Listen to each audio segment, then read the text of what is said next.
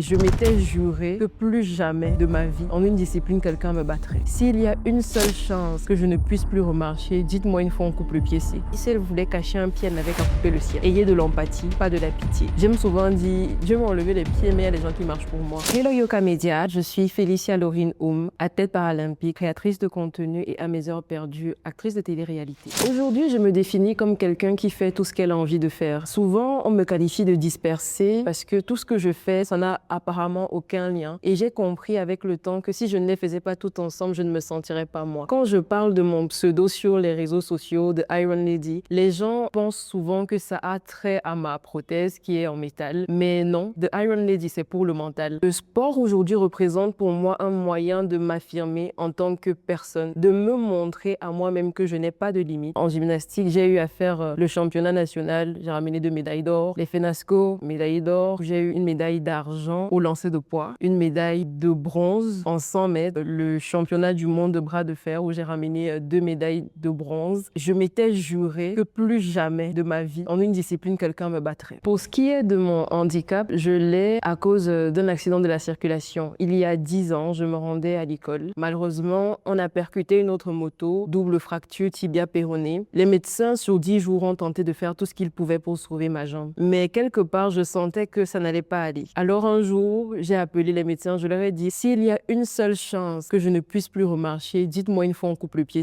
Le lendemain, je me suis retrouvée sur la table d'opération en train de me faire amputer. C'était la meilleure décision que j'ai eu à prendre de toute ma vie. Le vrai combat, ce n'était même pas le regard des autres, c'était le regard de ma famille, principalement ma mère, qui est, je dirais, la personne qui porte ce handicap à ma place. Elle voulait que je me cache parce qu'elle se disait que ça allait choquer les gens. Si elle voulait cacher un pied, elle n'avait qu'à couper le sien. Elle, des fois, ne comprend pas ce que je fais, ni pourquoi je fais, mais je sais que j'ai son soutien. Ça peut arriver à n'importe qui. Je connais des gens, ils se sont réveillés un matin, ils ne pouvaient simplement plus avoir l'usage de leurs jambes. Donc, quand vous vous retrouvez en face d'une personne en situation de handicap, ayez de l'empathie, pas de la pitié. Je reçois un mail où on me dit félicitations, vous êtes sélectionné pour participer à l'émission Secret Story Afrique. Cette aventure, je l'ai pleinement vécue. Et en 2024, je m'inscris à Miss Cameroun pour le compte de la région du littoral. Et sur la fiche, il est marqué qu'il faut se munir d'une paire de talons, d'un jean noir, d'un t-shirt blanc. Ils n'ont pas précisé qu'il faut avoir 2 pieds. Si j'ai tout ce qu'ils ont cité là, je vais venir. Il n'y a pas de motivation inspirante réelle. Je voulais juste voir si on allait me chasser. Je veux participer aux prochains Jeux paralympiques et pour ça, il me faut une prothèse de sport, ce qui est assez onéreux. Et là, j'ai lancé une levée de fonds. Quand tu es dans le besoin, il ne faut pas avoir honte de demander de l'aide. J'aime souvent dire, Dieu m'a enlevé les pieds, mais il y a des gens qui marchent pour moi. Faites ce que vous avez envie de faire parce qu'à la fin de la journée,